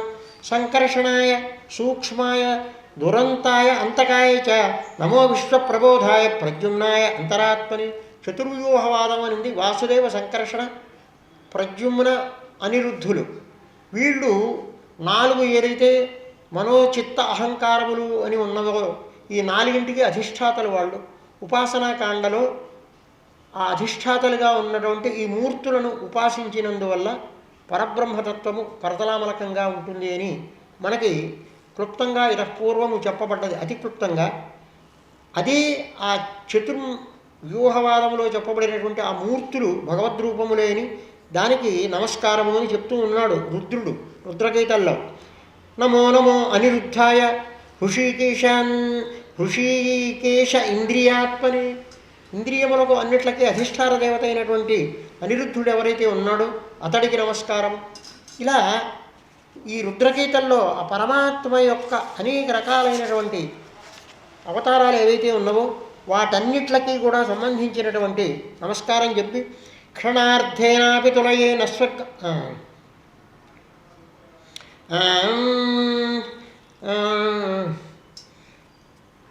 ఏతద్రూపమనుధ్యేయమాత్మశుద్ధిమభీప్సతాం యద్భక్తియోగో అభవతు యరస్వధర్మమనుతిష్ఠత. స్వధర్మాచరణం చేస్తూ ఈ భగవంతుణ్ణి ఈ విధంగా ఎవరైతే మనస్సులో ధ్యానిస్తూ ఉంటారో వాళ్ళు ముక్తులైతారు తప్పకుండా. భవాన్ను భక్తిమతా లభ్య దుర్లభ్య సర్వదేహినాం. స్వామి, నీవు అందరికీ కూడా లభ్యమైనటువంటి వాడు కావు, భక్తి కలిగినటువంటి వాళ్ళకే నువ్వు లభ్యమవుతావు. స్వరాజ్యస్యాప్యభిమత ఏకాంతేన ఆత్మవిద్గతి. బహిర్ముఖము కానటువంటి ఆ మనస్సుకి మాత్రమే నువ్వు కనుక నీవు కర్మ వలన సుఖము వస్తుంది అని అనుకోవడం చాలా పొరపాటునైనా. దుఃఖాహాని సుఖావాప్తి శ్రేయస్తన్య జట్టదే రాజోవాచ నజానాని. స్వామి, మీరు చెప్తున్నారు కానీ నాకు తెలియటం లేదు, మరి ఏం చేయాలి? నేను ఇంతవరకు వేదోక్తమైనటువంటి మార్గాన్ని నేను అనుసరించాను కదా. అంటే భూభో ప్రజాపదే రాజన్న పశువున్ పశ్యత త్వయాధ్వరే సంజ్ఞాపితాను జీవసంఘాను. నిజాన సంహరింపబడినటువంటి పశువులన్నింటినీ చూడు, అవి నిన్ను సంహరించడానికి ప్రయత్నిస్తే అక్కడికి పోయినప్పుడు. దీనికి మీకు దృష్టాంతంగా పురంజన చరిత్ర చెప్తాను అని అన్నారు. అది 5 అధ్యాయాలతో ఒక సింబల్ లాంటిది. ఆ సింబలు కలిగినటువంటి పురంజనోపాఖ్యానం అంటారు దాన్ని. ఇది ఆధ్యాత్మికమైనటువంటి విషయాలు దీంట్లో చాలా నిగూఢంగా ఉన్నాయి. దీనిని క్లుప్తంగా ఎక్కడా విషయం పోకుండా క్లుప్తంగా చెప్పడానికి ప్రయత్నిస్తాను. ఆ రాజుకి బర్హిష్మంతుడికి చెప్తూ ఉన్నాడు నారదుల వారు. వెనక పురంజనుడు అని ఒకతను ఉండేవాడు. అతడు తను ఎక్కడ నివాసం ఉండాలి అని అనుకున్నాడు. ఎక్కడా తనకి సంతృష్టి కలిగేటువంటి ప్రాంతం కనిపించలేదు. చివరికి హిమవత్ పర్వత సమీపమునకు వెళ్ళి అక్కడ ఒక చక్కటి పట్టణము ఉన్నది. ఆ పట్టణాన్ని చూసి ఇందులో నేను ఉందామని అనుకున్నాడు. ఆ పట్టణానికి ద్వారాలు మొత్తం 9 ద్వారాలు ఉన్నాయి. తూర్పు వైపు 5 ద్వారాలు ఉన్నాయి, దక్షిణ ద్వారం ఒకటి, ఉత్తర ద్వారం ఒకటి, పశ్చిమముగా 2 ద్వారాలు ఉన్నాయి. బాగా ఉంది, దీనిలో నేను ప్రవేశిద్దామని అనుకున్నాడు. అతడు ప్రవేశిస్తూ ఉండగా ఒకటి సౌందర్యవతి అయినటువంటి ఆవిడ అనేక మంది దాసదాసి స్త్రీలతో సహా వస్తూ ఉన్నది. ఆమెకు రక్షకుడుగా 5 తలలు ఉన్నటువంటి ఒక నాగేంద్రుడు వస్తూ ఉన్నాడు. ఆమె యందు ఇతడికి అనురక్తి కలిగింది. అమ్మాయి, నువ్వు ఇంతవరకు వివాహం చేసుకున్నావా లేదా? నీవు సామాన్యంగా చూస్తే ఎవరో దేవతా స్త్రీ వలె ఉన్నావు, కానీ నీ కాళ్ళు నేలకి ఆనుతున్నాయి కనుక నీవు దేవతా స్త్రీవి కావు, రాజపుత్రివి లేదా మరొకరివి అని నాకు అనిపిస్తూ ఉన్నది. నీకు కనుక ఇష్టమైతే నన్ను వరించమన్నది. అంటూ ఈ పామేమిటి వెనకాల ఈ దాస స్త్రీలందరూ ఎవరు ఏమిటి అని అడిగాడు. ఈ పాము నన్ను ఎల్లప్పుడూ రక్షిస్తూ ఉంటుంది కనుక ఇది నన్ను అనువర్తిస్తూ ఉంటుంది అని చెప్పింది ఆవిడ. సరేనని చెప్పి ఆవిడని వివాహం చేసుకున్నాడు. అక్కడి నుంచి ఈ ద్వారములకు తూర్పుగా 2 ద్వారాలు, వాటికి ఖజ్యోతమును ఆవిర్ముఖి అని. అంటే అర్థం ఏమిటి అంటే, ముందరనే మనం చెప్పుకుంటే తేలిగ్గా ఉంటుంది భాష. పురంజన అంటే పురములో నివసించేటువంటి వాడు. పురము అంటే ఏంటి? దేహమే పురము. అతడికి కొన్ని పురాలు నచ్చలే. అక్కడ ఆయన నల్లగా ఉన్నాడు, ఈయన ఎర్రగా ఉన్నాడు, ఆయన పుల్లగా ఉన్నాడు, ఏదో ఒకటి నచ్చింది ఒక దేహం. ఆ దేహంలో ప్రవేశించడానికి ప్రయత్నించాడు. దానికి 9 ద్వారాలు. నవద్వార పురే దేహే. మనకి కూడా 9 ద్వారాలు ఉన్నాయి, ప్రతి వాళ్ళకి గుర్తే. అది పురము అని చెప్పబడుతూ ఉన్నది. అక్కడ ఒక ఆవిడ వచ్చింది, ఆవిడే బుద్ధి. ఆ బుద్ధి ఉంటే కానీ ఇతడు విషయములందు ఆసక్తచిత్తుడు కాడు. ఆవిడని ఇతడు వివాహం చేసుకున్నాడు. ఆవిడని రక్షిస్తూ 5 తలల శిరస్సు గల ఒక మహాసర్పము వస్తూ ఉన్నది. అది ఎవరు అంటే పంచప్రాణాత్మకమైనటువంటి వాయువు. అది ఆవిడ్ని రక్షిస్తూ ఉన్నది, ఇతన్ని కూడా అదే రక్షిస్తుంది. ఇక 9 ద్వారాలు ఏమిటి? తూర్పు వైపు ఉన్నాయిట. దాంట్లో ఒకటి ఖజ్యోతము, ఒకటి ఆవిర్ముఖి అని. ఇవి 2 నేత్రస్థానీయములు. దాంట్లో ద్వారరక్షకుడు అయినటువంటి జుమంతుడు అతన్ని వెంట పెట్టుకొని వెళ్తూ ఉంటాడు. అలానే నళిని, నాళిని అని 2 ద్వారములు. ఇవి కూడా ఒకే చోట ఉన్నాయిట. అవి ఏవి అంటే ముక్కు పుటములు, ముక్కులు 2. అవధూతుడు అనేటువంటి ఒక సేవకుడిని వెంట పెట్టుకొని బహిర్విషయములను ఈ పురంజనుడు ఆస్వాదించడానికి వెళ్ళి వస్తూ ఉంటాడట. అలానే అన్నిటికంటా ప్రధానమైనటువంటిది, సర్వభక్షకమైనటువంటి మరొక ద్వారం ఉన్నదిట. దాని పేరు ముక్ష అనేటువంటి పేరు. అది రసాన్ని గ్రహిస్తుందిట. అలానే దక్షిణ ద్వారం ఒకటి పితృహు అని దాని పేరు, ఉత్తర ద్వారం ఒకటి దేవహు అని ఒకటి పేరు. ఈ 2 కూడా కర్ణములు. ఈ కర్ణముల ద్వారా కూడా బయట విషయములను అన్నిట్లని కూడా ఇతడు గ్రహిస్తూ ఉంటాడు. ఇతడికి జుమంతుడు అనేటువంటి వాణ్ణి సహాయంగా తీసుకొని విభ్రాజితములు అనేటువంటి కళ్ళతో చూడదగినటువంటి విషయములన్నిటిని అనుభవిస్తూ ఉన్నాడు. అలానే అవధూత అనేటువంటి వాడిని సహాయంగా తీసుకొని మంచి వాసనలని చెడు వాసనలని ఆస్వాదించడానికి బయటికి వెళ్తూ ఉన్నాడు తూర్పు దిక్కుగా. అట్లానే విపణుడు అనేటువంటి వాడి సహాయాన్ని తీసుకొని అన్ని రకాలైనటువంటి ఆహారములను స్వీకరించడానికి, అనేక రకాలైనటువంటి మాటల్ని మాట్లాడటానికి ఆ ముఖ్యద్వారం గుండా ప్రయాణం చేస్తూ ఉన్నాడు. శృతహు దేవహు అనేటువంటి దక్షిణోత్తరములందు ఉండేటువంటి ఆ ద్వారముల గుండా వెళ్ళి అనేకములైనటువంటి శబ్దాల్ని కూడా ఇతడు వింటూ ఉన్నాడు. ఇంకా అధోద్వారములైనటువంటి 2 ద్వారముల ద్వారా ఆసురి అనేటువంటి ద్వారము ద్వారా దుర్మధుడు అనేటువంటి వాడి సహాయంతో గ్రామ్యకమైనటువంటి విషయములన్నిటిని ఇతడు అనుభవిస్తూ ఉన్నాడు. అట్లానే నిర్వృతి అని మరొక ద్వారము ఉంది. అది లుబ్ధకుడు అనేటువంటి వాడి సహాయంతో తన శరీరంలో ఉండేటువంటి అనేక మాలిన్యములన్నీ తొలగించుకోవడానికి ప్రయత్నిస్తూ ఉన్నాడు. ఇతడికి అజ్ఞాత సఖుడు అనేటువంటి ఒక మిత్రుడు ఉన్నాడు. ఎవరు ఆయన? ద్వాసువర్ణౌ సైజౌ సఖాయో సమానం వృక్షం వరిషస్వజాతే తయోరణ్య పిప్పలం స్వాద్వత్తి అనశ్నన్నన్యో అభిచాకశీతి. రెండు పక్షులు కలిసే ఉన్నాయిట. అవి విడదీయటానికి వీల్లేనటువంటివి కూడా ఒకే వృక్షాన్ని ఆశ్రయించి ఉన్నాయి. జగత్తు అనేటువంటి ఒక వృక్షాన్ని. దాంట్లో జీవుడు అనేటువంటి పక్షి ఒకటి ఉంది. ఇది ప్రతిదాన్ని కూరికి చూస్తుంది.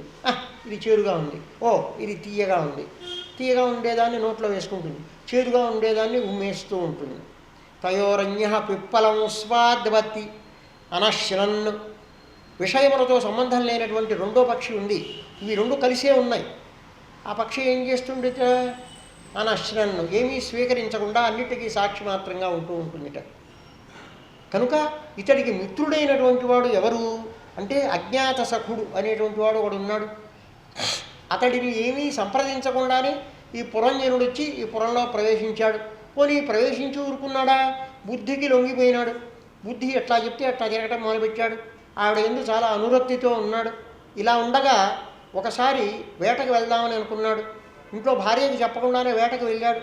అక్కడ కొంత వేటాడి అక్కడి నుంచి ఇంటికి వచ్చాడు. వచ్చేటప్పటికి వాడికి ఆగ్రహం వచ్చింది. నేను ఇక్కడ జాగ్రత్త అవస్థలో ఉండి నిన్ను అన్ని రకాలుగా సుఖపెడుతున్నాను కదా, నువ్వు నాతో చెప్పకుండా స్వప్నావస్థకి ఎందుకని వెళ్ళావు అని వీడికి ఆగ్రహం అన్నమాట. అది ఇవన్నీ సింబల్ అనే చెప్పాను నేను ముందన్నే. పురంజనోపాఖ్యానం అనేది మొత్తము ఈ విధంగానే ఉంటుంది. అక్కడి నుంచి వీడికి ఆగ్రహం వచ్చింది.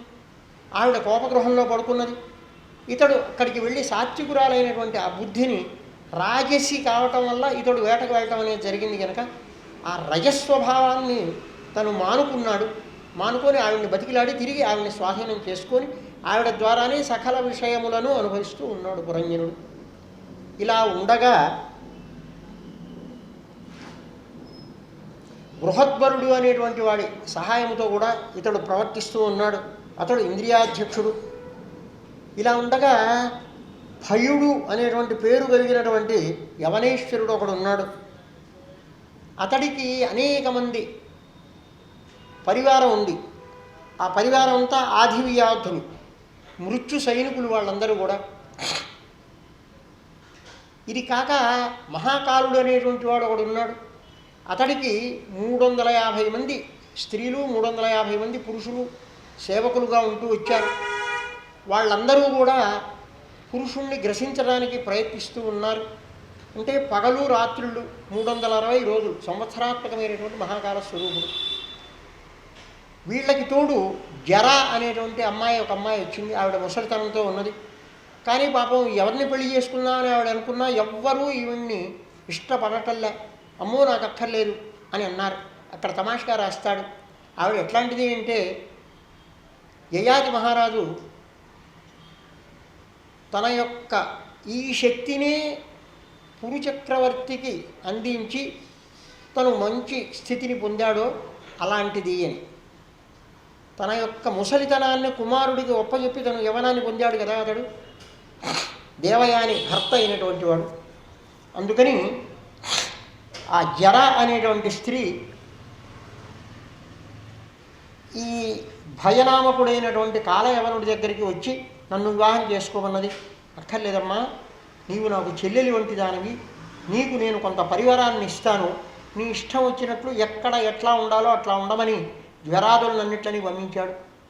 అక్కడి నుంచి వాళ్ళందరూ వచ్చి ఈ పురంజనుడి దగ్గరికి వచ్చి ఇతన్ని ఆ పట్టణము నుండి బయటికి తీసుకురావడానికి ప్రయత్నించారు.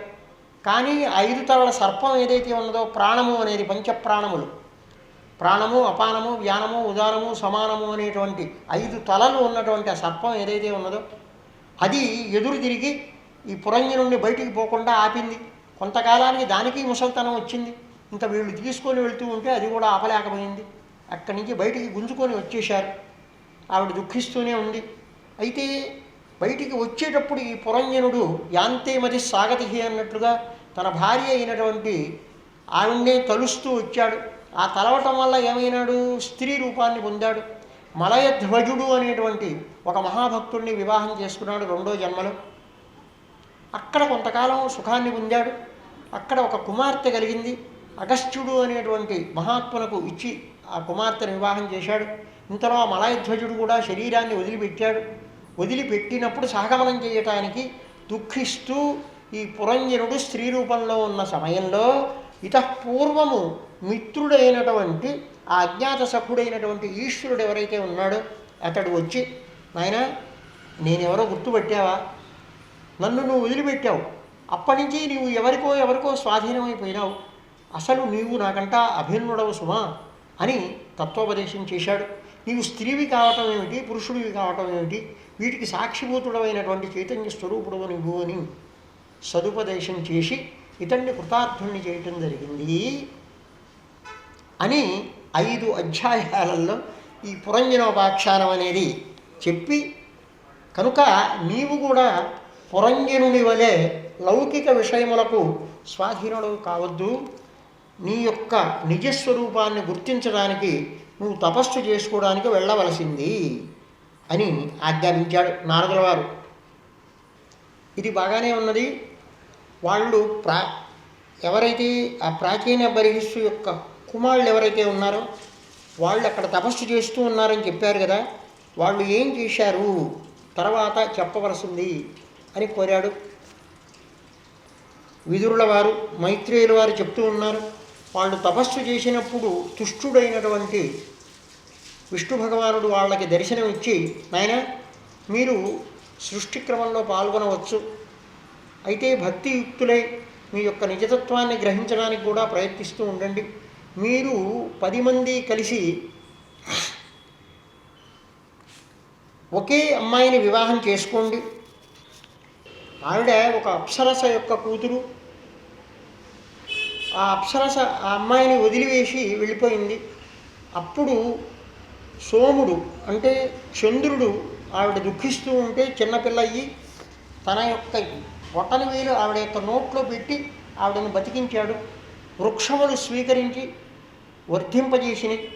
ఆవిడని మీరు 10 మంది వివాహం చేసుకొని సంతానాన్ని పొందవలసింది, మహత్తరమైనటువంటి సంతానం మీకు కలుగుతుంది అని విష్ణుదేవుడు భవిష్యత్తును కూడా చెప్పాడు. వీళ్ళు తపస్సు చేసి వస్తూ ఉంటే సర్వత్రా వృక్షములతో భూమి కనిపించకుండా పోయిందిట. అప్పుడు క్రోధంతో ఇట్లా ఉంటే సస్యశ్యామలంగా పృథివీ ఎట్లా ఉంటుంది అని ఆ వృక్షాలని దహించడం ప్రారంభించారు ఈ ప్రాచేతస్సులు. దానిని చతుర్ముఖ బ్రహ్మ వచ్చి నివారించి అప్పుడు ఆ వారిష్ఠి అనేటువంటి అమ్మాయిని ఇతడికి ఆ వృక్షముల ద్వారా సంక్రమింపజేసి వివాహం చేశాడు. ఇతడు వచ్చారు. ఇక్కడ ప్రాచీన బర్హిస్సు కూడా నారదుల వారి వల్ల చక్కటి ఉపదేశాలను పొందినటువంటి వాడై తమ యొక్క కుమారులైనటువంటి ప్రచేతస్సులకు రాజ్యాన్ని అందించి తను ముక్తిని పొందటానికి గాను వానప్రస్థాశ్రమానికి వెళ్ళారు. అయితే వీళ్ళని కూడా ముక్తుల్ని చేయటానికి గాను నారద మహర్షి అక్కడికి వచ్చాడు. వచ్చిన వాడిని చూచి ప్రచేతస ఊచు స్వాగతంతే సురఋషే దిష్ట్యానో దర్శనం గతః తవ చంక్రమణం బ్రహ్మన్ అభయాయ యథా రవే. స్వామి, మీరు ఎప్పుడూ త్రిలోక సంచారులుగా ఉంటారు అని కొంతమంది ఏదో వ్యాఖ్యానం చేస్తారు. సూర్య భగవానుడు ప్రతిరోజు తిరగటం ఎందువల్ల తిరుగుతున్నాడు? చరాచర ప్రపంచము యొక్క క్షేమము కొరకు తిరుగుతూ ఉన్నాడు సూర్య భగవానుడు. అలానే మీరు కూడా సమస్త ప్రజల యొక్క క్షేమము కొరకే తిరుగుతూ ఉంటారు. ఇక్కడికి మీరు వచ్చారు అంటే మమ్మల్ని ఏదో అనుగ్రహించడానికే వచ్చారు అని వీళ్ళు ప్రార్థించారు. అప్పుడు నారదుల వారు అంటారు, తజ్జన్మతాని కర్మాణి తదాయు తన్మనో వచః నృణాం ఏన హి విశ్వాత్మ సేవ్యతే హరిరీశ్వర. ఎవరైతే ఆ పరమాత్మను సేవిస్తూ ఉన్నారో శ్రీహరిని, నారాయణుణ్ణి, వాళ్ళదే జన్మ అని చెప్పబడుతుంది. వాళ్ళు చేసిందే కర్మ, వాళ్ళ యొక్క వాక్యే వాక్కు, తక్కినవన్నీ వృధా, ఏమీ ప్రయోజనం లేదు అని చెప్తూ, యథా తరోర్మూల నిషీవణేన తృప్యంతి తతౌ స్కంధభుజోపశాఖాః ప్రాణోపహారాచ్చేధేంద్రియాణం తథైవ సర్వార్హణమచ్యుతేజ్య. మరి అనేక మంది దేవతలు ఉన్నారు, త్రిమూర్తులు ఉన్నారు, ఇంద్రాది దేవతలు ఉన్నారు, అగ్నియాది దేవతలు ఉన్నారు. వీళ్ళందరినీ కూడా తృప్తిపరచాలి కదా అని అంటే చెప్తున్నారు నారదుల వారు. ఇప్పుడు చెట్టు ఉన్నది, చెట్టు నుంచి ఫలాలు చివరిలో పూస్తాయి, అలానే పువ్వులు కూడా చివరిలోనే ఉంటాయి ఆకులకి. మరి ఆకుల మీద నీళ్లు చల్లుదామా? నీళ్లు చల్లితే ఏమన్నా ప్రయోజనం ఉంటుందా? ఇప్పుడు ప్రయోజనం వస్తుంది అంటే ఆ చెట్టు సంతృప్తిని చెందాలి అంటే ఆ మూలంలో నీళ్లు పోయాలి. యథా తరోర్మూల నిషేవణేన తృప్యంతి తతు స్కంధభుజోపశాఖా. తక్కినటువంటి ఆ స్కంధములు, శాఖలు ఇవన్నీ కూడా అప్పుడే తృప్తిని పొందుతాయి. ప్రాణోపహారాచ్య యథేంద్రియాణం, ఒక్క ప్రాణము సక్రమముగా ఉంటే ఇంద్రియములన్నీ తృప్తులు అవుతాయి. తథైవ సర్వార్హణమచ్యుతేజ్య, అలానే సమస్త దేవతలని ప్రత్యేకంగా నువ్వు సేవించక్కర్లే. ఒక్క ఆ నారాయణమూర్తిని సేవిస్తే చాలు, అందరినీ సేవించినట్లే అవుతుంది. యథైవ సూర్యాత్ ప్రభవంతి వారః పునశ్చ తస్మిన్ను ప్రవిశంతి కాలే భూతాని భూమౌ స్థిరజంగమాని తథా హరావేవ గుణప్రవాహ. సూర్యభగవానుడు యాభిరాదిత్యస్తపతి రశ్మిభిస్తాభి పర్జన్యో వర్షతి అని ఎండాకాలంలో ఈ ఉరకాలన్నింటినీ కూడా పైకి స్వీకరిస్తాడు. మళ్ళీ ఎప్పుడైతే భూమి యందు వర్షించవలసినటువంటి అవసరం ఉందో ఓషధులన్నీ కూడా ఎప్పుడైతే ఉద్భవిస్తావో అప్పుడు తిరిగి వర్షిస్తాడు. అట్లానే పరమాత్మ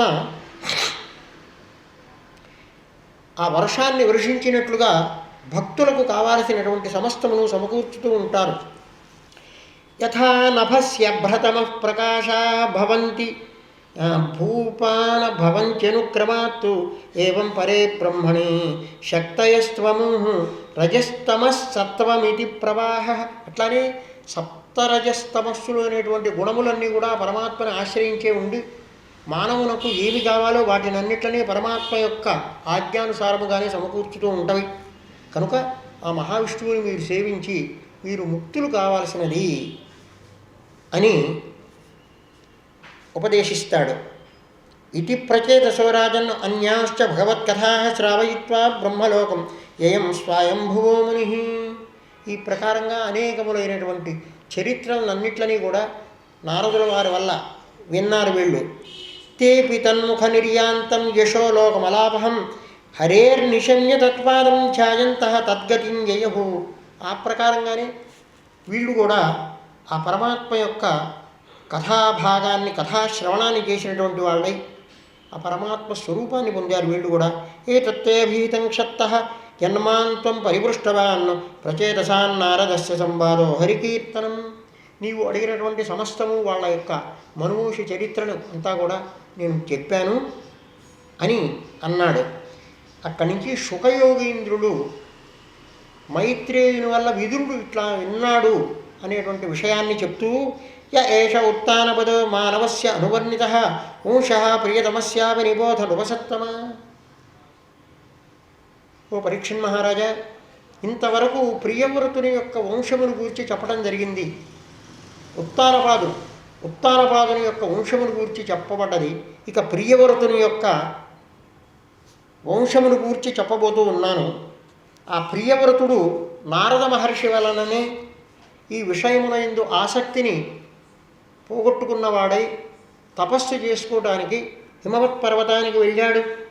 ఇత్తం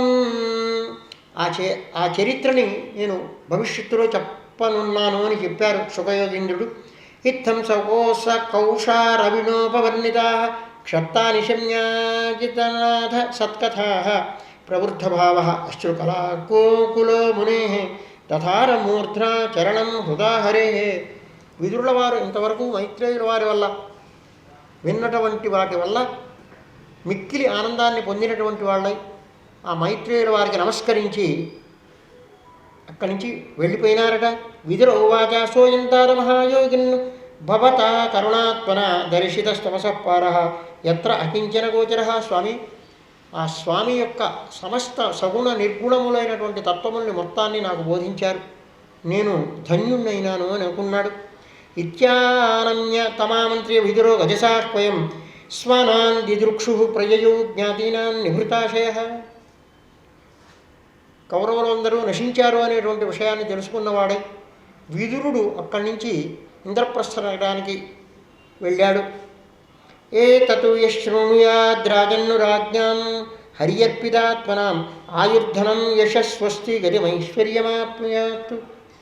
ఈ చరిత్రని ఎవరైతే ఉత్తానపాదుని యొక్క వంశం యొక్క చరిత్రను ఎవరైతే వింటూ ఉన్నారో వాళ్ళు ఆ విష్ణులోకాన్ని పొందుతారు. ఇది శ్రీమద్భాగవతే మహాపురాణే పారమహంస్యాం సంహితాయాం చతుర్థస్కంధే 31వ హరయే నమః. హరయే నమః. హరయే నమః. ఇక ప్రియవ్రతుని యొక్క చరిత్ర. మనువు గారికి 2 పుత్రులు 3 కుమార్తెలు. 3 కుమార్తెల యొక్క చరిత్రలు కొన్ని విస్తారంగానూ కొన్ని క్లుప్తంగానూ మనం విన్నాము. ఉత్తానపాదుని యొక్క వంశము, ఆ వంశంలో ప్రచేతసుల వరకు జరిగినటువంటి చరిత్రను కూడా విన్నాము. ఇది ఇలా ఉండగా ప్రియవ్రతుని యొక్క చరిత్రని ఇప్పుడు ప్రారంభించుకోబోతూ ఉన్నాము. ఈ చరిత్రలోనే వృషభదేవుని యొక్క జననము కూడా ఇవాళ మనం కొద్దిసేపట్లో వినవలసినటువంటి అవసరం ఉంది. ఇక్కడ నుండి 2 స్కంధములు గద్య పద్యాత్మకంగా ఉంటాయి. ప్రియవ్రత చరితము. ఆ ప్రియవ్రతుడు మొట్టమొదట్లో విరక్తుడై నారదుల వారి వచనము వలన హిమవత్ పర్వతంలో ఉండి తపస్సు చేసుకుంటూ ఉన్న సమయంలో రాజకీయుడైనటువంటి వాడు ప్రజాపాలన చేయకుండా తపస్సు చేసుకోవడం అనేది న్యాయము కాదు అని చెప్పడానికి గాను చతుర్ముఖ బ్రహ్మ అక్కడికి వచ్చాడు. ఆయన్ని చూచి వినయముతో నమస్కరించాడు నారదుడు అను ప్రియవ్రతుడు. నాయన, తత్వాన్ని తెలుసుకోవడానికి హిమవత్పర్వతానికే రాక్కర్లేదు, ఎక్కడ ఉన్నా పరతత్వాన్ని తెలుసుకోవాలి. అంతకంటా ముఖ్యంగా మనము దేనికని సృజింపబడ్డామో మన కర్తవ్యాల్ని నిర్వహించాలి. క్షత్రియుడైనటువంటి వాడికి ప్రజాపాలన అనేది చాలా ముఖ్యమైనటువంటిది. కనుక నీవు విరక్తుడు, ఎక్కడ ఉన్నా భగవంతుడే నిరంతరము నీ మనస్సులో ఉంటూ ఉంటాడు. కానీ నీ కర్తవ్యాల్ని నువ్వు వదిలివేసి భగవద్ధ్యానం చేస్తూ కూర్చుంటే ప్రజాక్షేమం అనేది ఉండదు. కనుక నీవు ప్రజాపాలన చేయటానికి నియుక్తుడవై ఉన్న వంశంలో పుట్టావు కనుక నువ్వు ప్రజాపాలన చేయవలసినది అని చతుర్ముఖ బ్రహ్మ ఆజ్ఞాపిస్తాడు. ఆ ప్రకారంగా ఈయన వచ్చి ప్రజాపాలన చేయటానికి స్వస్థానానికి వస్తాడు. అయితే ఆయనకి రోజు ఉదయాస్తమయాలు, రాత్రిపూట చీకటి, పగటిపూట సూర్యభగవాను యొక్క వెలుతురు. ఇలా ఉండేమిటి, రాత్రిపూట కూడా సూర్యభగవాను యొక్క వెలుగు ఉంటే బాగుంటుంది కదా. ఆ వెలుగు ఎట్లా వస్తుంది? సూర్యభగవానుడు ఇంకో దిక్కుకు వెళ్ళిపోతూ ఉన్నాడు అంటే ఆ సమయంలో ఇంకో వెలుగు కనుక ఉంటే ప్రజలకి చాలా క్షేమంగా ఉంటుంది కదా అనేటువంటి ఒక భావన ఆయనకు ఏర్పడ్డది. ఏర్పడి తన యొక్క తపశ్శక్తితో అత్యద్భుతమైనటువంటి ఒక రథాన్ని నిర్మాణం చేసుకున్నాడు. ఆ రథము స్వయం ప్రకాశమానమైనది. ఎంతటి స్వయం ప్రకాశమానది అంటే సూర్యభగవాను యొక్క తేజస్సు వంటి తేజస్సు కలిగినటువంటిది ఆ రథం. తద్రథచరణనేమికృత పరిఘాతాస్తే సప్తసింధవ ఆసన్ యత ఏవ కృతా సప్తభువోద్వీపాః జంబూప్లక్షశాల్మలికుశకౌంచ శాఖపుష్కర సంజ్ఞా. సూర్యుడు అస్తమించగానే ఈయన బయలుదేరేవాడు రథం మీద. సూర్యుడు మళ్ళీ ఉదయిస్తుండగా ఈయన యువతలకి వచ్చేవాడు. ఇలా ఈ రథం మీద తిరగటం ప్రారంభించాడు ఈ భూమండలాన్ని మొత్తాన్ని కూడా. ఏమైంది? ఆ రథ చక్రములు ఇలా గుండ్రగా తిరుగుతూ ఉన్నాయి. సూర్యభగవానుడు అలానే తిరుగుతాడు కదా. ఈ తిరిగేటప్పుడు ఒకసారి ఒక మార్గంలో పోయినప్పుడు ఆ మార్గాన్ని వదిలేసి ఆ మార్గము కొంత అంటే దాంట్లో దుమ్ము ధూళి ఏర్పడటం లేదా గుంటలు పట్టడం అట్లా జరిగిన తర్వాత మరొక మార్గంలో వెళ్ళేవాడు. ఇలా 7 పర్యాయాలు ఆయన తిరిగేటప్పటికీ ఒక కోటకి చుట్టూరుతా పరిఘలంటూ తవ్వేవాళ్ళు వెనక మన వాళ్ళు. అంటే శత్రురాజులు ఆ కోటలోకి రావడానికి వీలు లేకుండా చుట్టూరుతా పెద్ద పెద్ద కందకాలు తవ్వి దాని నిండా నీళ్లు పెట్టి దాంట్లో మొసళ్ళని వదిలేవాళ్ళు. దాంట్లో నుంచి ఎవరు సహజముగా రాలేరు. ఆ దర్వాజా తెరిచినప్పుడే వాళ్ళు దాంట్లోంచి రాగలరు, కానీ ఇంకో మార్గం ఉండదు. అట్లా ఈ భూమి మొత్తము కూడా 7 భాగములుగా తయారైందిట, 7 ద్వీపములుగా తయారైందిట.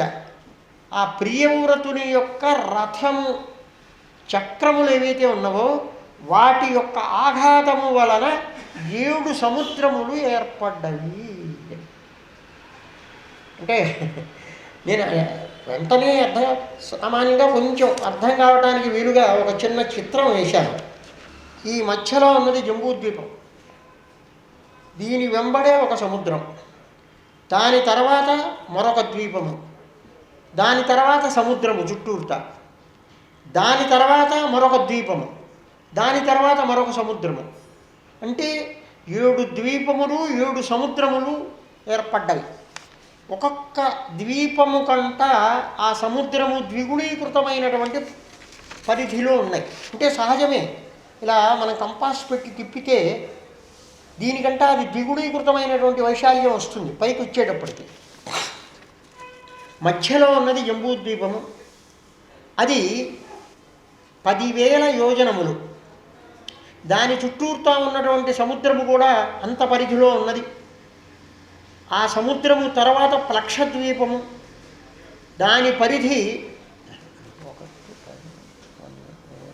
1,00,000 యోజనములు. జంబూద్వీపము దాని చుట్టూరుతా ఉన్నటువంటి సముద్ర పరిధి 1,00,000 యోజనములు. ప్లక్షద్వీపము 2,00,000 యోజనములు. దాని చుట్టూరుతా ఉన్నటువంటి ఇక్షు సముద్రము అంటే చెరుకు సముద్రము, అది 2,00,000 యోజనములు. దాని తర్వాత శాల్మలి ద్వీపము, అది 4,00,000 యోజనములు ఉన్నది ఆ శాల్మలి ద్వీపము.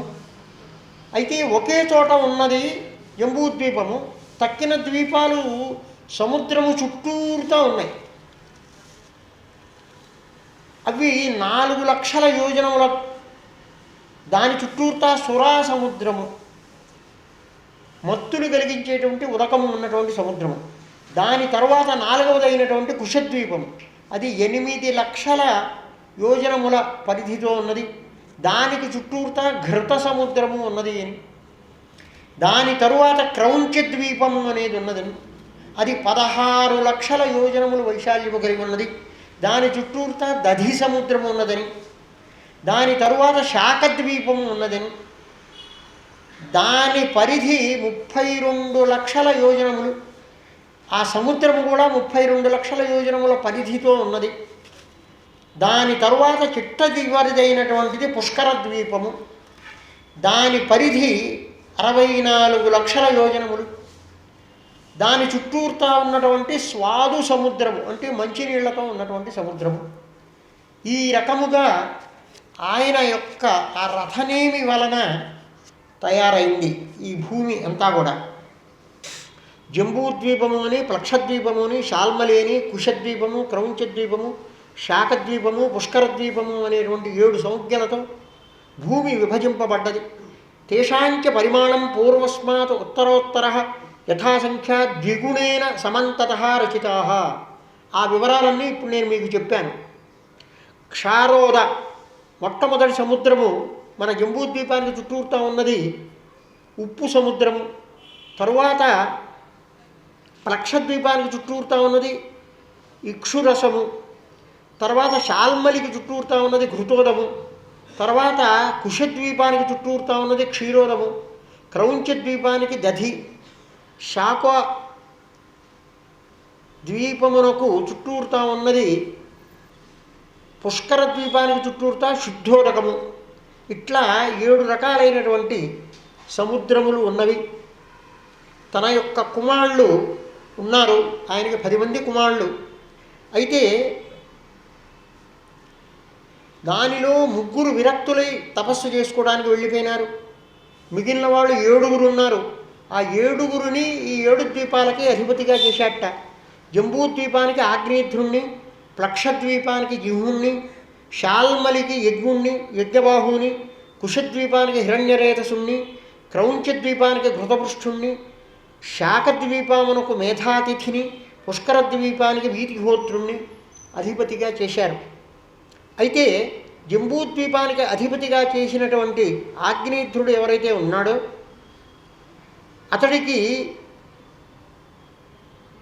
అతడి యొక్క కుమారులు అందరూ కూడా ఒకే మేరు పుత్రులను ఉద్వాహం చేసుకున్నారు.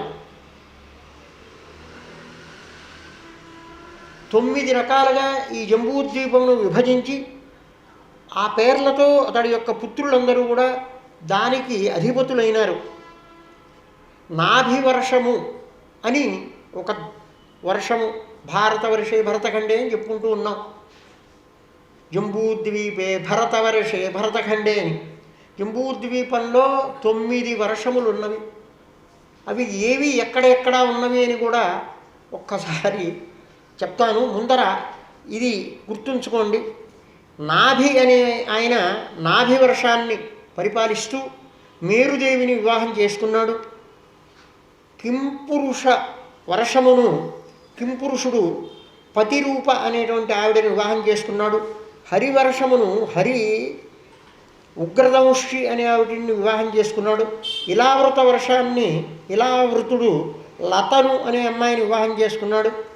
రమ్యకుడు రమ్య అనేటువంటి అమ్మాయిని వివాహం చేసుకున్నాడు. హిరణ్మయ వర్షమును శ్యామ అనేటువంటి హిరణ్మయుడు వివాహం చేసుకున్నాడు. కురువర్షాన్ని కురువు నారి అనేటువంటి అమ్మాయిని వివాహం చేసుకున్నాడు. భద్రాశ్వుడు భద్ర అనేటువంటి అమ్మాయిని వివాహం చేసుకున్నాడు. కేతుమాలుడు దేవకి అనేటువంటి ఆవిడ్ని వివాహం చేసుకున్నాడు. దీన్ని కూడా క్లుప్తంగా ఒక్కసారి పరిశీలించండి. ఇప్పుడు ఇది తూర్పు అనుకుందాం, మనం ఇలా పెడదాం. ఇది మధ్యలో జంబూద్వీపం. ఈ జంబూద్వీపానికి ఉత్తర భాగంగా రమ్యక వర్షం, ఆ రమ్యక వర్షానికి ఉత్తర భాగంగా నీలపర్వతము, నీలపర్వతానికి ఉత్తర భాగంగా హిరణ్మయ వర్షము, దానికి ఉత్తర భాగంగా శ్వేత వర్షము, దానికి ఉత్తర భాగంగా కురువర్షము, చిట్ట చివరికి ఉత్తర భాగంలో శృంగపర్వతము. ఇక తూర్పు దిక్కులో అంటే ఈ మేరు జంబూద్వీపం ఏదైతే ఉన్నదో దీనికి తూర్పుగా భద్రాశ్వ వర్షం ఉంది. దానికి తూర్పుగా గంధమాదన పర్వతం కనిపిస్తూ ఉన్నది. అలానే జంబూద్వీపము మధ్యస్థానానికి మేరు పర్వతం ఉన్న చోటుకి పశ్చిమంగా కేతుమాల వర్షం ఉన్నది. దానికి మాల్యవత్ పర్వతము పశ్చిమ భాగంలో ఉన్నది. ఇక దక్షిణ దిక్కుకి మేరోర్ దక్షిణ దిగ్భాగే అని చెప్పుకుంటూ ఉన్నాం. ఇప్పుడు చెప్పినటువంటి భాగములు అన్నీ కూడా జంబూద్వీపమునకు సంబంధించినటువంటి 9 వర్షముల యొక్క చరిత్ర, 9 భాగములు. ఈ మేరు పర్వతానికి ఆనుకొని నిషధ పర్వతము ఉన్నది. ఆ నిషధ పర్వతము తర్వాత హరివర్షము, దాని తర్వాత హేమకూట పర్వతము, దాని తర్వాత కింపురుష వర్షము, దాని తర్వాత హిమాలయము, దాని తర్వాత భారత వర్షము. ఇవి 9 ద్వీపములు. దానిలో నాభి వర్షానికి అధిపతి అయినటువంటి నాభి మేరుదేవిని వివాహం చేసుకున్నాడు. నాభి అపత్యకామ ప్రజయా మేరుదేవియ స భగవంతం యజ్ఞపురుషం అవహితాత్మ అయజిత. తనకి సంతానం కలగాలి అనేటువంటి ఉద్దేశంతో మేరుదేవి భర్త అయినటువంటి నాభి సంతానార్థియే యజ్ఞం చేయడం ప్రారంభించాడు. తస్య హవావ శ్రద్ధయా విశుద్ధభావేన యజతః ప్రవర్గేషు ప్రజరత్సు ద్రవ్యదేశకాల మంత్ర అర్తిదక్షిణా విధాన యోగోపపత్య దురధిగమోపి భగవాన్ను భాగవతవత్ ఫలతయ సుప్రతీక ఆత్మానం అపరాజితం నిజన ప్రేతార్థ విధిత్సయా గృహీత హృదయంగమం మనోనయన ఆనందన అవయవ అభిరామం ఆవిష్చకార. అతడి యొక్క భక్తికి మెచ్చినటువంటి పరమాత్మ యజ్ఞపురుషుడు స్వయంగా ఆ యజ్ఞశాలకు వచ్చాట. ఇందువల్ల భక్తుల యందు అనుగ్రహం అనేది ఎక్కువగా ఉంటుంది కనుక పరమాత్మ అక్కడికి వచ్చాడు. అథ తమ ఆవిష్కృత భుజయుగుళద్వయం హిరణ్మయం పురుషనికేశనం కనక కపిష కౌశేయాంబరధరం. అక్కడి నుంచి ఆ మహావిష్ణువు యొక్క వర్ణన చాలా చక్కగా కనిపిస్తూ ఉంటుంది. అలాంటి మహావిష్ణువుని చూచి వీళ్ళందరూ కూడా చాలా సంతుష్టులైనారు, సాష్టాంగ ప్రణామాలు చేశారు. స్వామి, నువ్వు ఇక్కడికి రావటం వల్ల మేమందరం ధన్యులమైనాము అని వీళ్ళందరూ కూడా చెప్పారు స్వామివారితో. సరే, ఇప్పుడు ఎందువల్ల నన్ను ఇక్కడికి మీరు ఆహ్వానించారు యజ్ఞంలో అని స్వామివారు అడిగారు. తెలిసి ఉన్నప్పటికీ అంటే శ్రీమచ్చరణారవింద స్మరణాయ జ్వరమరణ దశాయామపి సకల కల్మ నిరాసనాన్ని తమ గుణకృత నామధేయాన్ని. స్వామి, నీ యొక్క నామధేయాల్ని వింటేనే మాకున్నటువంటి సమస్త పాపములు కూడా నశించిపోతాయి. వనగోచరాన్ని భవంతు కించ. అయితే ప్రస్తుతము స్వామి ఈ యజ్ఞం ఎందువల్ల చేస్తూ ఉన్నాము, తమరు ఎందువల్ల దర్శనం ఇచ్చారు అంటే మా కోరిక ఏమిటి అంటే ఋత్విక్కులే చెప్తూ ఉన్నారు మహారాజు తరఫున.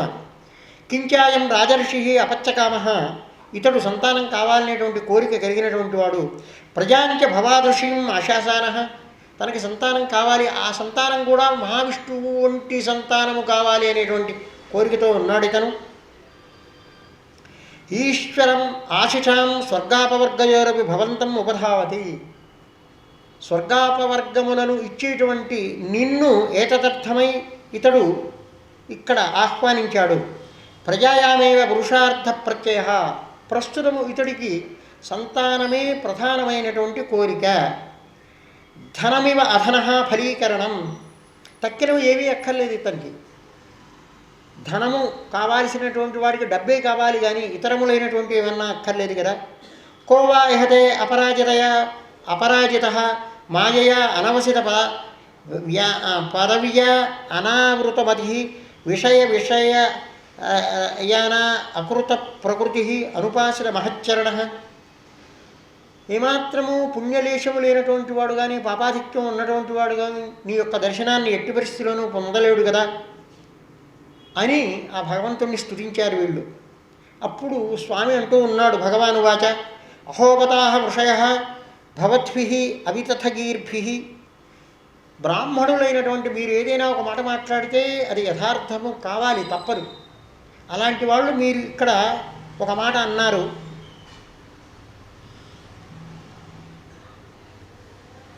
అభియాచద యదముష్య ఆత్మజ మయా సదృశ భూయాత్. మీరు కోరింది ఏమిటి? నాతో సదృశుడైనటువంటి కుమారుణ్ణి ఈ యజమాని అయినటువంటి నాభి కోరుతున్నాడు అని కదా మీరు అన్నది. మమాహమేవ అభిరూప, నా వంటివాడు ఎవరుంటాడు? నా వంటివాడిని నేనే, ఇంకోడెవరు నా వంటివాడు లేడు. యదముష్యావ ఆత్మజ మయా సదృశ భూయారితి మమ అహమేవ అభిరూప కైవల్యనాథాదపి బ్రహ్మవాద నమృషా భవితుమర్హతి. కనుక బ్రాహ్మణుల యొక్క వాక్కులు వృధా కాకుండా ఉండాలి అంటే నేనే ఇక్కడ సంతానముగా ఏర్పడాలి ఇతడికి. బ్రహ్మవాదము ఎప్పుడు కూడా మృషా కావడానికి వీల్లేదు కదా. అందువల్ల మమైవహి ముఖం యద్విజదేవ కులం, ఎందువల్ల బ్రాహ్మణోస్య ముఖమాసీదు అని చెప్పబడి ఉన్నది కనుక నా ముఖము నుండి నిర్గతులైనటువంటి బ్రాహ్మణులు అంటే నా ముఖస్థానీయులు కనుక వాళ్ళు అన్నటువంటి మాట ఏదైనా సరే జరిగి తీరాలి సుమా. తతహా ఆగ్నేధ్యేయే క్షేత్రే, ఈ ఆగ్నేధ్ర వంశంలో పుట్టినటువంటి ఈ నాభి ఎవరైతే ఉన్నాడో అతడి యొక్క భార్య అయినటువంటి మేరుదేవి యందు వంశకలయా అవతరిష్యామి, వంశరూపంగా నేనే అవతరిస్తాను సుమా అని చెప్పారు. ఇది నిశామయంచాం మేరుదేవ్యాం పతిం అభిధాయ అంతర్దధే భగవాన్. ఈ ప్రకారంగా చెప్పి ఆ భగవానుడు అంతర్హితుడైనాడు. బర్హిష్పరి తస్మిన్ ఏవం విష్ణుదత్త భగవాన్ పరమర్షిభి ప్రసారిత నాభే ప్రియచకీర్షయ. ఈ నాభికి సంతోషాన్ని కలగజేయటానికి కానీ ఆ పరమాత్మే స్వయముగా ఆవిడ గర్భంలో, మేరుదేవి యొక్క గర్భంలో నివసిస్తూ వచ్చాడు. అయితే ధర్మాన్ని దర్శయితు కామః, ధర్మాల్ని చూపించడానికి సాక్షాత్తు వైదికములైనటువంటి ధర్మాలే కాదు, ఇంకా కొన్ని కూడా ఉన్నాయి కదా. తపస్సులైనటువంటి శ్రమణానాం ఋషీణాం ఊర్ధ్వమంథినాం, శ్రమణులు అంటే వానప్రస్థాశ్రమంలో ఉండేటువంటి వాళ్ళల్లో కొన్ని రకాలు, ఊర్ధ్వమంథినాం నైష్ఠిక బ్రహ్మచారులైనటువంటి వాళ్ళు, శుక్లయ శుద్ధ సాత్వికులైనటువంటి తన యొక్క రూపముతో ఆ ధర్మములన్నిటినీ కూడా ప్రచారం చేయడానికి అవతరించారు. ఇది శ్రీమద్భాగవతే పంచమస్కంధే తృతీయోధ్యాయ. హరయే నమః. ఇక్కడ నుండి వచ్చేటువంటి చరిత్రని క్లుప్తపరిచి ఒకసారి చెప్పుకుందాం. భగవానుడైనటువంటి ఈ నాభి మేరుదేవులకు కలిగినటువంటి ఆ వృషభదేవుడు సాక్షాత్తు విష్ణుదేవుని యొక్క అవతారము. పరిపాలిస్తున్నటువంటి ఆ రాజ్యము అతఃపూర్వము అజనాభము అనేటువంటి పేరుతో ఉండేది. ఆ భారతవర్షము తర్వాత భారతవర్షము అనేటువంటి అతడి యొక్క కుమారుడైనటువంటి భరతుని యొక్క పేరుతో భారతవర్షము అనేటువంటి పేరు వచ్చింది దానికి. అజనాభ వర్షంలో అతడు ఎన్నో మహాత్మ్యాల్ని చూపించాడు వృషభదేవుడు. ఒకసారి ఈయన సత్తా చూద్దామనేటువంటి ఉద్దేశంతో ఇంద్రాది దేవతలు వర్షము వర్షించకుండా ఉన్న సమయంలో తన యొక్క యోగ శక్తి చేతనే అన్ని చోట్లలో సువృష్టిని కురిపించి ప్రజలకందరికీ కూడా మంచిని చేశాడు స్వామి. అలానే ఆయనకి జయంతి అని ఇంద్రజాం జయంతిం ఉపయేమే, ఇంద్రుని యొక్క కుమార్తె అయినటువంటి జయంతిని వివాహం చేసుకున్నాడు ఆయన. తనతో సమానులైనటువంటి 100 పుత్రుల్ని కన్నాడు. దాంట్లో భరతుడు జ్యేష్ఠుడు. ప్రతి 10 మందికి ఉన్నటువంటి జ్యేష్ఠులలో భరతుడు కాక తక్కిన 9 మంది కూడా క్షత్రియ ధర్మాల్ని పాటించకుండా బ్రాహ్మణ ధర్మాల్ని పాటిస్తూ బ్రాహ్మణులుగా తయారైపోయినారు. వాళ్ళ యొక్క చరిత్ర మనకి 11వ స్కంధంలో 7వ రోజున మనకి తెలుస్తుంది. ఇలా ఉండగా పుత్రులందరినీ కూడా మోక్ష ధర్మాల్ని ఉపదేశించడం ద్వారా తరింపజేశాడు ఆ వృషభదేవుడు. ఇక తను ఇక్కడ ఉండి చేయవలసినది ఏమీ లేదు కనుక జ్యేష్ఠుడు శ్రేష్ఠుడు అయినటువంటి భరతునకు పట్టాభిషేకం చేసిన వాడై అవధూత చరిత్రతో అతడు బయలుదేరి వెళ్ళిపోయినాడు. విషయముల యందు అనాసక్తి కలిగినటువంటి వాడు కావటం వల్ల దిగంబరుడై అవధూత రూపంగా బయలుదేరాడు. దక్షిణ భారతదేశంలోకి వచ్చాడు. అక్కడ పర్యటిస్తూ ఉండగా అతడి మీద అనేక మంది రాళ్ళు వేశారట, ఉమ్మేసేవాళ్ళుట. ఎవరో పిచ్చివాడు అనేటువంటి ఉద్దేశ్యంతో కొట్టేవాళ్ళుట ఆ వృషభదేవుణ్ణి. కానీ వేటిని పట్టించుకునేవాడు కాదట. అతడి యొక్క మలము నందే అతడు శయనించేవాట. మహాయోగి అయినటువంటి ఆ వృషభదేవుడు అతడి యొక్క మలము ఏదైతే ఉన్నదో అది కొన్ని యోజనముల దూరము సుగంధముగా పరిణమించేదిట. మహాయోగి యొక్క ఆ చరిత్ర చాలా అద్భుతంగా కనిపిస్తుంది. అయితే ఈ చరిత్రను చూచినటువంటి తర్వాత వచ్చినటువంటి ఒక రాజు పాషండ మతాన్ని ప్రారంభింపచేశాడు. కానీ వృషభదేవుడు ప్రవచించింది శుద్ధాద్వైతమే తప్ప పాషండ మతం కాదు. శరీరం మీద అహము అనేటువంటి అభిమానము లేనటువంటి వాడు తన యొక్క ఆచరణ ద్వారా ధర్మాన్ని చెప్పాలి అని అనుకున్నప్పుడు సక్రమమైనటువంటి వర్తనుడుగా ఉంటాడు. అదే అవధూత స్థితిని చెందినటువంటి వాడు శిష్యులను ఉద్ధరించాలి అనేటువంటి అభిప్రాయంలో కూడా ఉండడు. నిరంతరము నిజాత్మస్మరణ చేసుకుంటూ ఉంటాడు. ఒక పర్యాయం నోట్లో ఆహారము దాకా ఒక రాయి పెట్టుకొని దాన్ని చప్పరిస్తూ ఉన్న సమయంలో చుట్టూరుతో దావాగ్ని ప్రబలి ఆ దావాగ్నిలో ఆ మూర్తిని ఐక్యం చేసుకున్నాడు అగ్నిహోత్రుడు. ఇది వృషభదేవుని యొక్క చరిత్ర. రేపు భరతోపాఖ్యానం రేపు పొద్దున్నే ప్రారంభం అవుతుంది. దీనిలో ఉండేటువంటి కొన్ని విశేషాలను కూడా రేపు తిరిగి ఒకసారి చెప్పుకుందాం. ఈనాటితో ఈ కార్యక్రమం పూర్తి. స్వస్తి. హరయే నమః. హరయే నమః. హరయే నమః.